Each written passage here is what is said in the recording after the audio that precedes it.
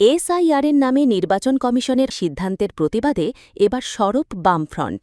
বুধবার বিকেলে বালুরঘাটে জেলা প্রশাসনিক ভবনের সামনে বিক্ষোভ সমাবেশ করল বামফ্রন্ট।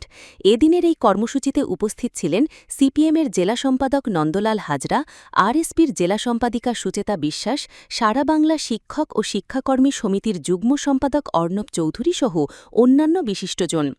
এদিনের বিক্ষোভের পাশাপাশি জেলাশাসকের কাছে ডেপুটেশন দেন বাম নেতৃত্বরা। এসআইআরের নামে সাধারণ মানুষদের হয়রানি বন্ধ করার দাবি জানায় বামফ্রন্ট। ফ্রন্ট মনে করে যে ৬০ লক্ষ মানুষকে আজকে বিচারাধীন বলে ঝুলিয়ে রাখা হয়েছে সেটা সম্পূর্ণ সংবিধান বিরোধী একটা ব্যাপার। জনপ্রতিনিধিত্ব আইনে হয় ভোটার হয় বা নন ভোটার, সুতরাং এদের সম্পর্কে একটা স্থায়ী সিদ্ধান্ত নিয়ে তবেই নির্বাচনটা করা উচিত।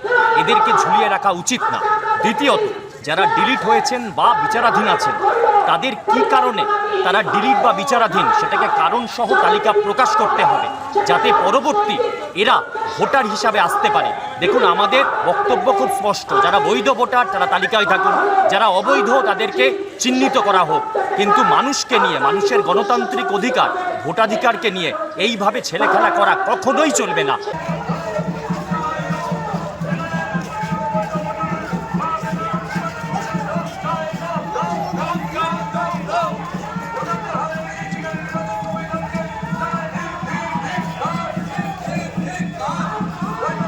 বামেদের অভিযোগ, রাজ্যে বিপুল সংখ্যক মানুষ এসআইআর সংক্রান্ত বিষয়ে দীর্ঘদিন ধরে বিচারাধীন অবস্থায় রয়েছেন, যার মধ্যে দক্ষিণ দিনাজপুর জেলাতেই এই সংখ্যা প্রায় ১,৩২,২৫৮ জন।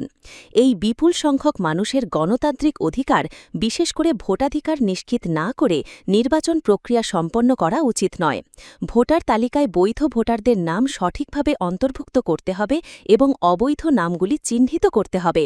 একই সঙ্গে যাদের নাম ভোটার তালিকা থেকে বাদ দেওয়া হয়েছে বা যারা বিচারাধীন অবস্থায় রয়েছেন তাদের নাম ও তার কারণ সহ পূর্ণাঙ্গ তালিকা প্রকাশ করার দাবিও তোলা হয়।